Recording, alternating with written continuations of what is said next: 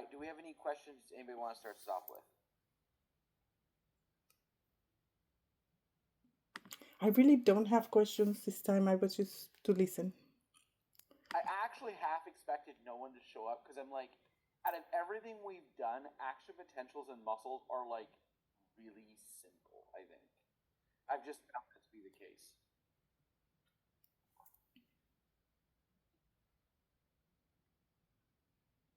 How about Jane? How about Ruby? You got any questions you'd like to ask? No, I was just gonna listen to other people's questions. Like I said, I have expected no one to have any questions today. I was like, I wonder if anyone actually will. Next week, when we start getting into kidneys, things get a little bit more complicated. But it's just last quarter's applications of membranes. It's yeah. Grace was, oh, I mean Grace. Grace was in and out. Yeah, she's like, nah, man, I'm good. I didn't have any questions. Well, maybe you can give us a preview of the kidneys now. Man, I don't even know what I'm doing yet. It's just, the funny thing is all membranes, even action potentials are just ions on membranes and channels, which really kind of explains how everything evolved, right? If you have a membrane, you have the ability to move ions. Now you can do all of these functions. Do we feel good about how action potentials work? I mean, a little review wouldn't, just to tie it up, wouldn't be bad, I think. I don't, I feel like know it, but like not 100%. Yeah. One second, I want to try to pull stuff up.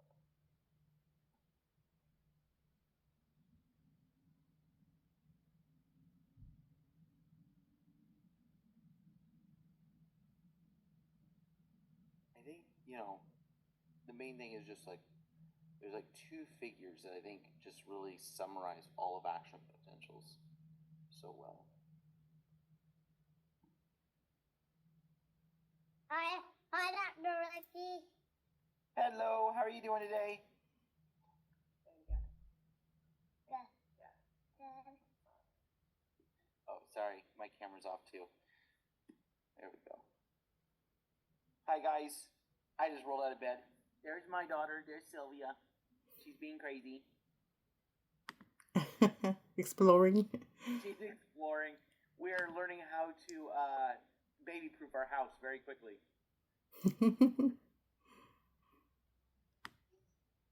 She's like, I'm gonna get you guys. Oh, look at the three handsome boys. You guys gonna do anything fun today? This nice day out. Dentist appointments. Oh, those are good though. Good teeth are good to have. All right. I do think, like, if you guys go back and you look at the lecture slides, this slide I think is really good because it really helps tell you what everything does. I'm gonna go grab her real quick, but I'm gonna keep talking. And so like, ions moving. That's the big summary, right? So depolarizations, sodium ions move in. Repolarization, potassium ions move out. As things return back to the threshold, again, it's just ions moving, but instead of passively through diffusion channels, we're doing active transport.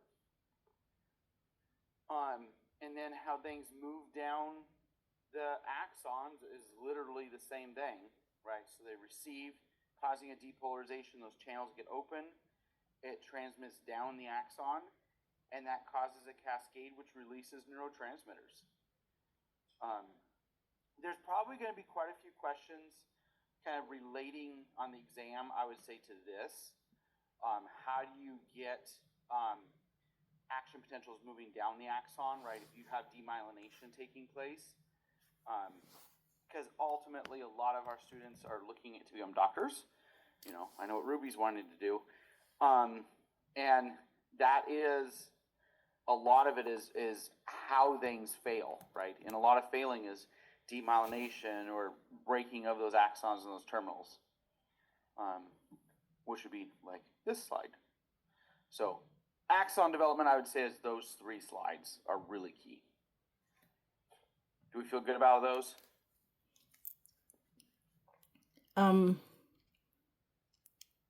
Yeah, I kind of wanted to go like over them, like kind of like with the diagram, like where it goes up, where it goes down, which, let's see. You mean what's happening? Yes. Let's see if we got, I think this one does a really good job. Oh, okay.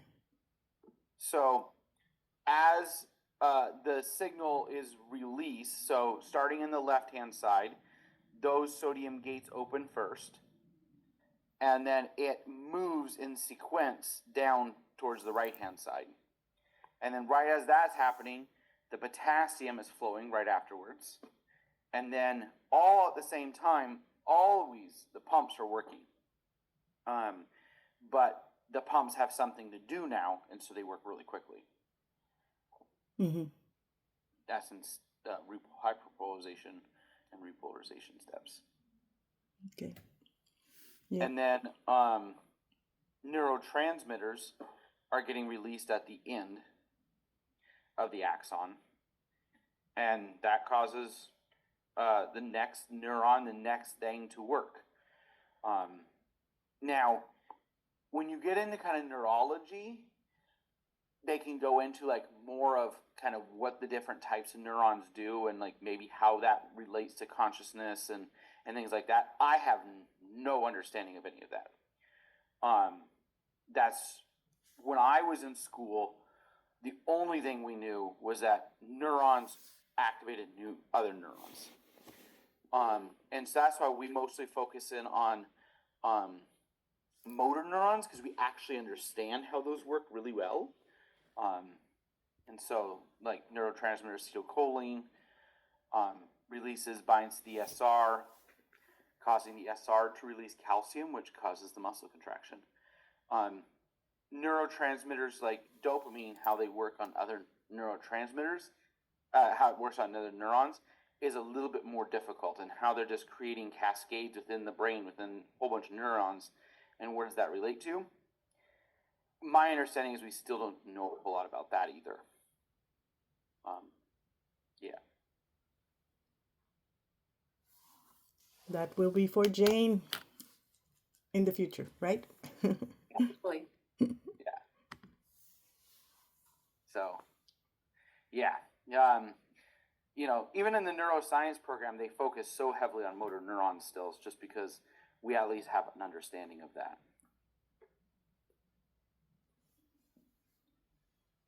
All right. Carrie's now. Does she have a question? Hi. Could we go over page 3 of the neuron worksheet, the take-home worksheet, about the EPSPs and IPSPs? Okay, actually, we're going to start with that lecture slide.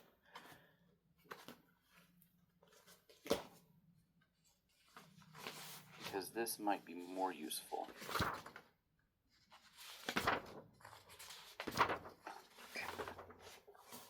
All right. So we'll go back one step. When we look at the axon, you just take an electrode down it. You can measure the polarities going down. That's not what ESPs are doing. There's what triggering the action potentials. So you have excitatory synapses and inhibitory synapses. When you're the easiest one to think about is excitatory, because it's telling something to do something, right? You're physically feeling with your mechanoreceptors are feeling pressure. Your chemoreceptors have detected a chemical smell. And let's say that your clothes are sitting on your shoulders, right? You have some clothing on your shoulder, on your back. And the first excitatory synapse gets fired because let's say that you move and you kind of, you're moving. So that close moves on the mechanoreceptor. It's doing something, but this synapse has raised its threshold, essentially. And so it's not doing anything. Second one, it kind of builds a little bit towards that action potential, but it doesn't. It falls back down pretty quickly. Second one does it. Third one, same thing is happening. Fourth one, fifth one. Finally, on the sixth one, we have enough threshold received in a subsequent and quick enough sequestration. Question, right? That's the right word. In order. I get what you're saying. In order that it triggers it, and then it goes. So you have to reach that threshold. So, does that make sense for what the excitatory synapses are doing? Yes, for excitatory. I'm confused on the postsynaptic potential. I think I'm getting confused because you have that action potential, and the gates open and then they close, but then there's a postsynaptic. I'm confused about that. So this is a second neuron if it's a postsynaptic. Okay, so you're receiving many signals, and you're not going to just fire on the next neuron with one signal. So action potentials are just they do it or they don't. If you receive multiple, now you will fire again. And it's a different axon. It's a different nerve. It's the receiver of those nerves. Okay. So it's just postsynaptic just means if the signal is received many times, then it fires. From many neurons telling it to fire. Okay. Okay, so you have many nerves on your back. Mm-hmm. But if only one is doing anything, your body's probably not going to respond to it. But now let's say 6 of them detect movement on your back, we're going to fire. And you're like, oh shit, I got a bug on me. I got a bug on. Exactly. Okay. And so And now we can start explaining this with evolution too, because evolution says, hey, I don't care about things on my back unless I need to care about them on my back. And so many thresholds, that's where we care. Gotcha. And so so when it asks us to complete the table where it's the ion channel and the ion movement, and then if it's EPSP or IPSP, it's just saying is it turning it on or turning it off? And then how many are received before you have an action potential? That's it. Okay, so like sodium entering, that would be excitatory, and then potassium would be inhibitory. Yes. For down the axon. Okay, and then chlorine would also be excitatory. Jesus. Acetylchloride. Which one? Chlorine, just Cl minus. Okay, give me a second. I don't want to give you wrong information. Enters the cell. Which question was this? It's page 3, question 2 about postsynaptic potentials. Yeah. Yep. Okay. Yep.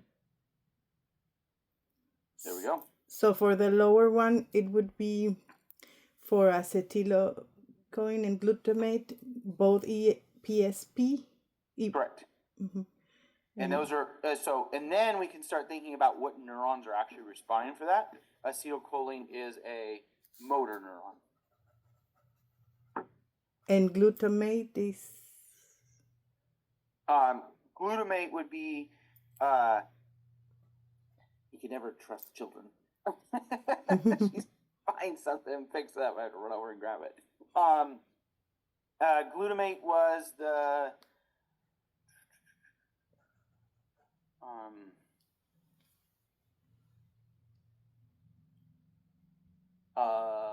I'm blanking. It's in the eye. What we call it? It's in where cones and rods fire. So it's trying to think the exact neuron called. So it's the cones and rods. It's in the eyes. Photoreceptors, is that what you're thinking? Yeah, there we go. Ooh, I don't know why the simplest words are blank on me. I'm like, it's in the eyes. It's the wait, what was that receptor? I didn't hear it. photoreceptors. Photo. Okay. Okay, the GABA is a little interesting because it has potassium and chloride, Correct. and so it could be both. Correct. Depending on what it's doing. So sometimes gabapentin is going to be excitatory. Sometimes it's going to be inhibitory, depending on what other synapses are firing. Okay, that's interesting. Yeah. So this is where you can have, depending on the autonomic system, if it's parasympathetic or autonomic, Mm-hmm. which is going to fire. Okay.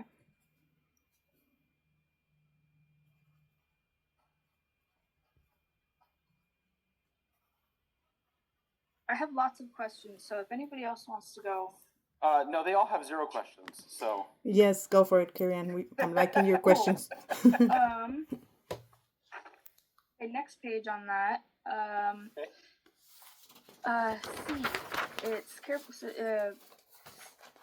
Location A changes from -70 to -60, so it becomes a little bit more positive. The next one becomes more negative. Carefully describe how the member potential in between those will be affected. And I thought it would be no change, because you have one becoming slightly positive, one becoming negative, and so it equals out by the time it reaches it. so we're looking at C. What number is that, Carrie? It's 3.1C. It's one with the diagrams of axons and dendrites. No thanks. So we're going positive. Have we really reached the threshold yet? No. So -55, so nothing would happen. Yeah, so there's no change. Correct. Okay, that's what I thought. And then the very last one, 3.2B, it's the same thing. Yeah. If neurons 1, 2, and 3 all release similar amounts of the neurotransmitter simultaneously. And none of them reach the If threshold. none of them reach the threshold, nothing will happen. Okay, Even if you have multiple ESPs, you have to be able to reach the threshold. gotcha. Now, if you have many axon terminals functioning on one dendrite and they all are releasing at the same time at that one dendrite location, it might have enough ESPs to reach a threshold. Okay. Okay.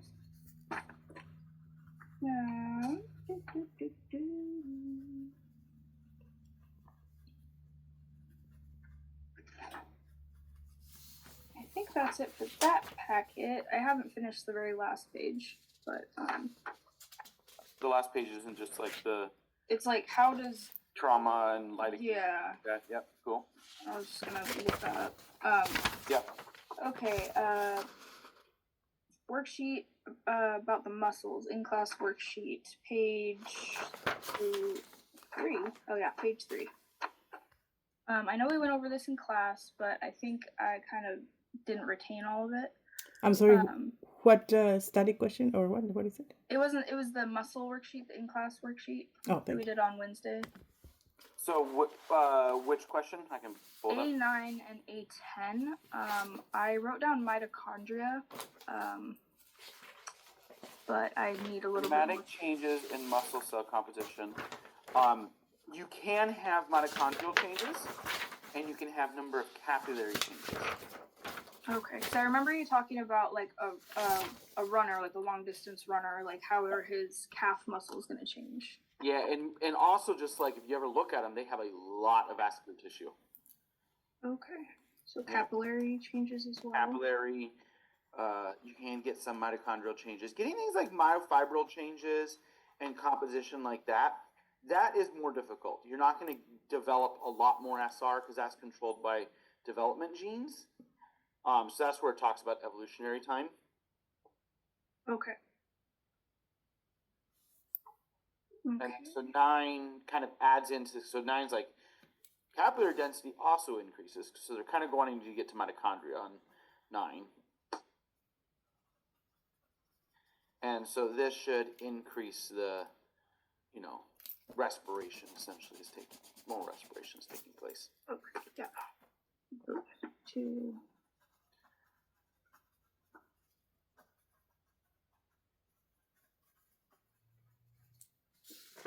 which will then help them sustain activity for a longer period of time. Correct. That's why they're endurance runners. Yeah. Which is funny. So I don't know if you've ever seen, there's videos of this where sprinters and people like that try to do long distance endurance running and they fail spectacularly at it because their bodies are so well conditioned to give you that instantaneous power, that fast twitch, that it doesn't go well. Yeah, I'm a sprinter. And I had to do like the mile runs and I'm just like, I'm dying after 5 minutes. Yeah. Yeah. At least I was a sprinter. I have the more. rules I don't run. Yeah, I don't know. I've tried running and it's like that meme where he's like, it's immediately awful. Okay. But yet, Charlotte and I are very much avid outdoors people. We hike a lot, so our endurance is pretty high. Yeah. Okay. Last page. Very last question, C8. At extreme sarcomere lengths, the absolute rate of ATP should not be 0. Why not? And I know the general, like, your body's always producing ATP through glycolysis, but I don't know how to relate that. Asking why is ATP consumption not 0, correct? Not production. Absolute rate of ATP use. So consumption, not production. Okay. So we're still producing lots of ATP. We're just not consuming all of it. Even at extremes, you still have your SR is still working. Okay? So those pumps are still going to be working, pulling up calcium. That's going to use ATP. And then you still, no matter what, are going to have some actin and myosin filaments overlapping. Like, yeah, because your body needs to be able to destroy support itself. all your actin and myosin filaments, which that is just not going to happen. Even if you tear a muscle, you're not tearing necessarily the actin myosin filaments. You're mostly tearing like the membranes and other things that are connecting everything together. So the contractions in each individual muscles can happen, muscle cells. It's just overall the tissue is going to be torn. Okay. That should answer that. So how I understand it is like your body, no matter what position you're in, you're always going to be using your muscle to like support your skeleton, and you're always going to be using some kind of ATP. No. So I think that's not where this question's going. You could apply it kind of like that, but that's tissue level. We're talking still muscle level. Okay. So you're still using SR, and you still have actin and myosin filaments that are overlapping, even on extremes. So this is talking about a single muscle cell on the sarcomeres. Oh, okay. So we're not talking about tissues. We're not talking about like muscle holding things, bones, and stuff like that. We're just talking about a single muscle cell. Okay, think really, really small. Okay. Really small. Now it's great you're thinking bigger, the tissues, but that's not where this question is headed. Okay.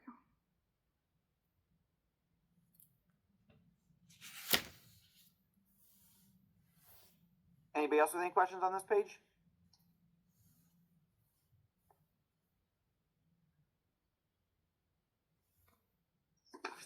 Not for me.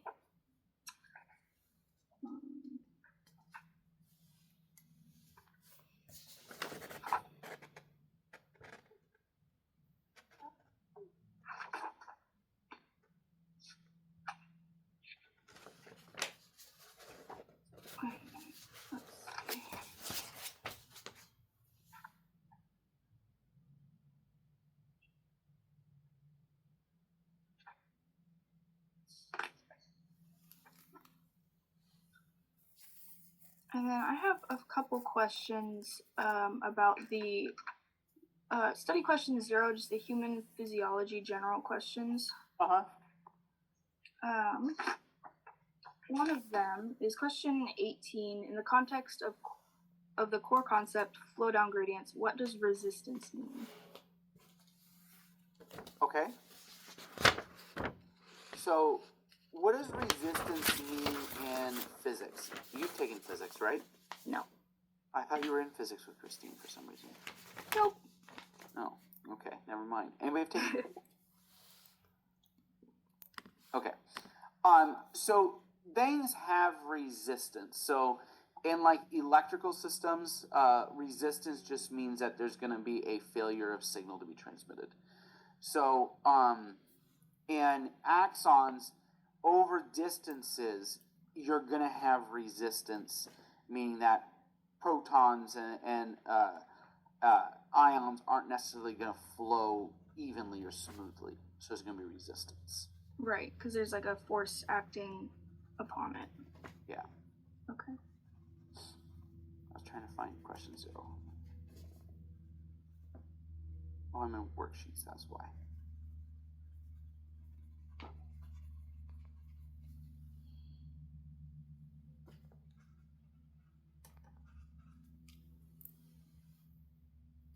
Okay. Which question again? It was 18. 18. Yep, flow down gradients. What does resistance mean? So that's what we're talking about. Okay, so there's just going to be some kind of force acting upon it at long distances. Yep. Okay. Longer the distance, the less likely you're going to get to have the flow. Okay. And then the question above it, I was thinking it's a negative feedback loop. So it's like regulating body temperature, blood flow, pressure, things like that. So negative feedback means increase of one thing shuts down something else. Positive feedback means increase of something causes something else to increase. So when we think about hormonal cascades, they're either in a negative feedback or a positive feedback. Which we haven't really covered yet, but like insulin and glucagon, for instance, are a great example of feedback loops. But yeah, so that's what we're looking at. Homeostasis is just like if something increases, something else has to decrease or increase to maintain that or decrease it. Okay. So homeostasis is just maintaining normalcy. And so we might need to increase something to do that or decrease something to do that. Okay, that makes sense.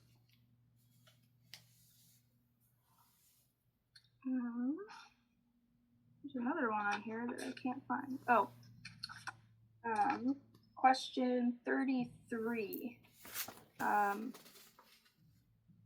don't remember what EGF is.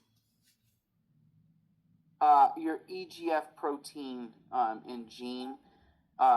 This is your initiators.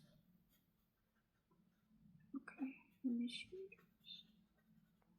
I don't know if we went over oncogenes and proto-oncogenes. I don't remember. We did.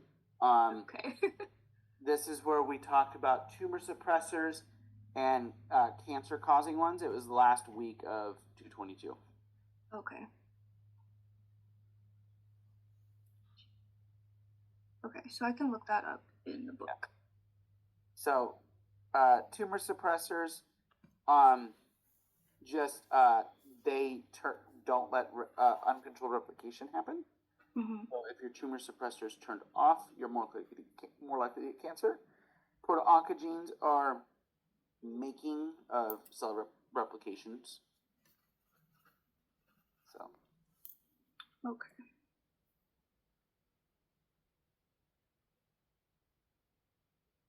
So your EGF, it would be an oncogene. Yes. Does EGF stand for something? I don't remember what it stands for. Yeah. They all have something. EGF, TGFBs, I don't know. It's all something. Okay. Important thing is it's an initiator. Okay.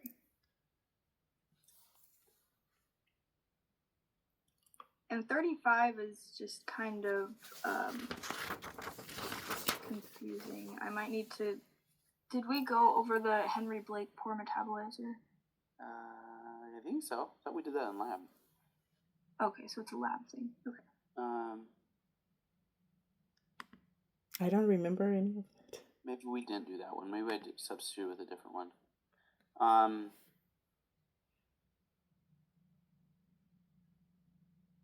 Yeah, let's ignore that one. We might not have done that one.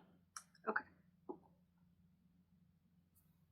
I thought, because I updated the metabolic lab, so we might not have done that one. We did Gotcha. the studies.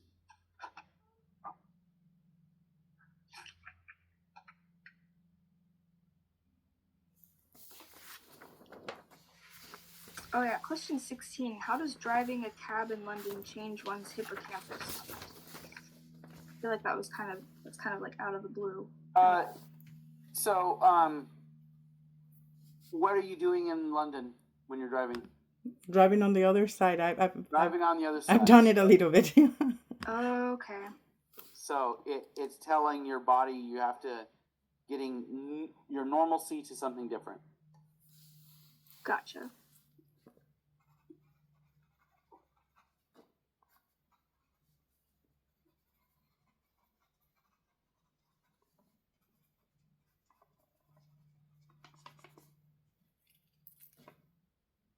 I'm actually remarkably good driving on the other side of the road. I lived in Australia for a bit and then in the UK all the time. So first time Charlotte and I were in the UK, I was like, oh, this is my first time. And I left Heathrow, being a smart aleck, the parking place there, and went immediately into the big roundabout to scare her. Mm-hmm. And she's like, wait, you knew how to do this. I was like, yeah, I've driven probably 100,000 miles on the wrong side of the road. I think we're good. My poor little Toyota car in Australia, I destroyed that little thing. I didn't know that, so it was a manual, and that it was a 5-speed. I'm like, man, this thing really sucks for like the first 4 months. Fifth gear was just not a good overdrive. Did not have great fuel mileage. And then I didn't realize that there was a button to push that gives you overdrive. So for 5 months, I'm driving this car I aged that thing immensely. I went all over Australia. I went from Adelaide to Perth to Darwin, back to Sydney. That's the equivalent of driving across the United States. Yeah. That poor car was destroyed. Oh.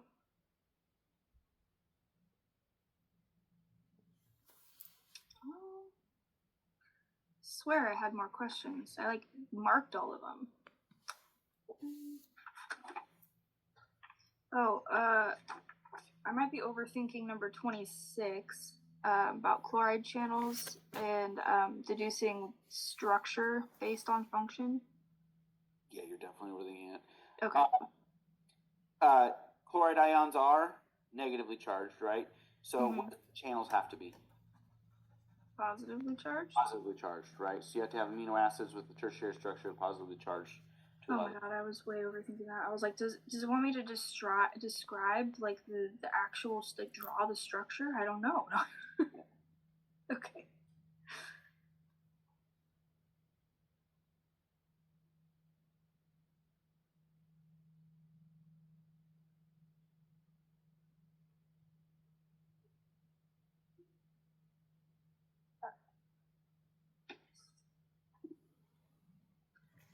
I think that's it. I think that's all the questions I have. Hey, I'm proud. Glad you showed up. They gave us something to talk about. Me too. Yay. I guess one thing that I am not super sure about, it was a study question 1, but I didn't print out the answer. It didn't have the answer for question 10. Low concentrations of tetrodotoxin were applied to an axon. How would the action potential waveform show how the action potential waveform would be affected? And I just said it would be a failed action potential. That's what I believe it is. Okay. I can try to pull it up here. What question do you think it is? Question 10. Question 10.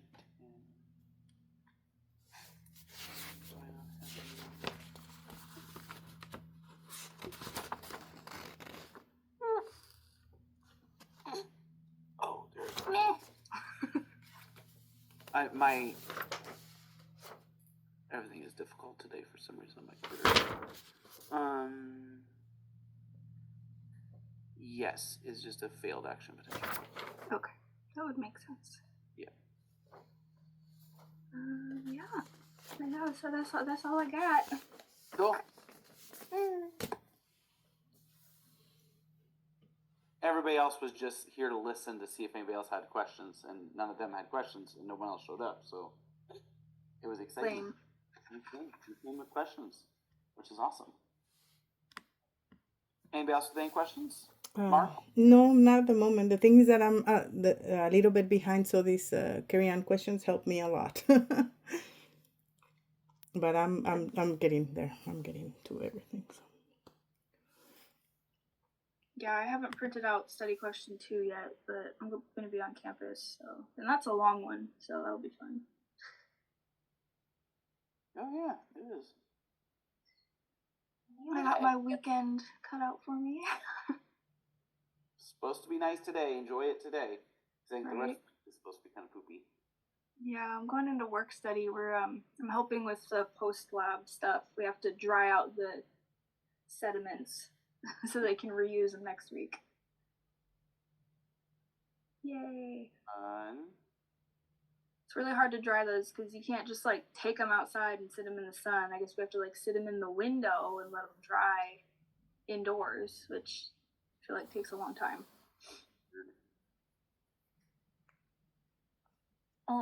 Wait, can you hear me? Yeah. Can I ask you a question about the anatomy vocabulary? Uh-huh. So there's terms like on the actual Canvas page itself, all those terms, and then there's like the first page or 2 of the lab that has the terms also. Should we learn all of those, or is there like specific ones that you like? So the on the I don't- I Canvas just- page are what I care about, honestly. Okay. Those are the Okay, more relevant ones. Okay. Yeah. Like where they are, or like kind of just like what they are and what they do, kind of thing. Yeah. Yep. That's it. Okay.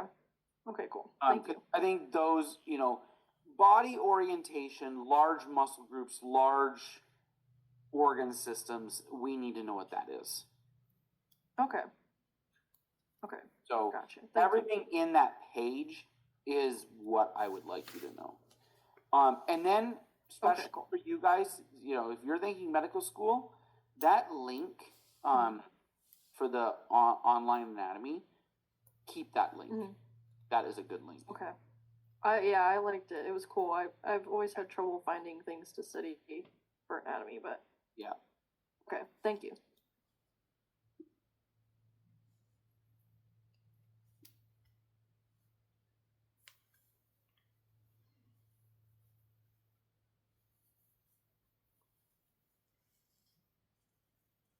Okay. Any other questions? Thoughts? What's the best way to get to Yellowstone?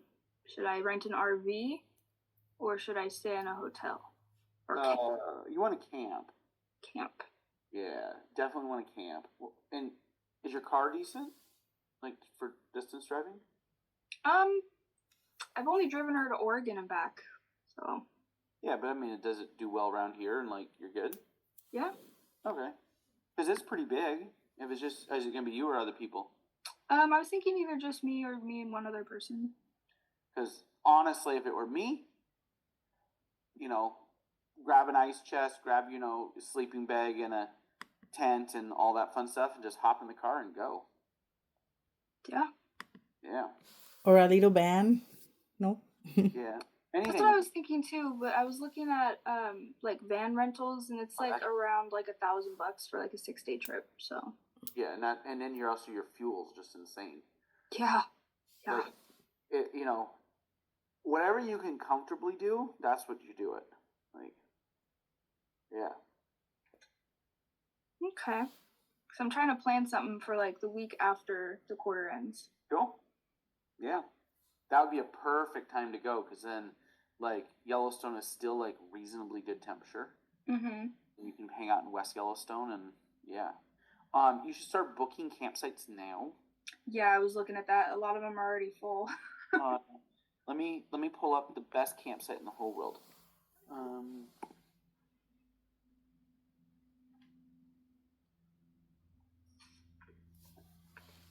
Don't have my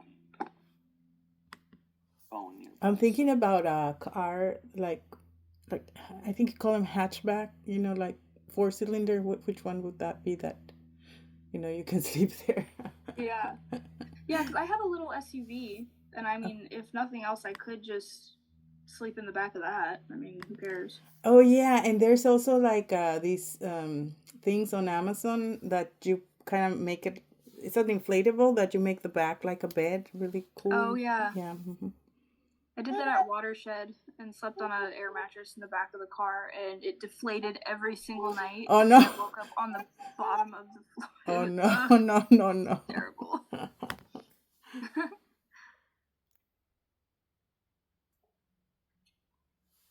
Big Spring.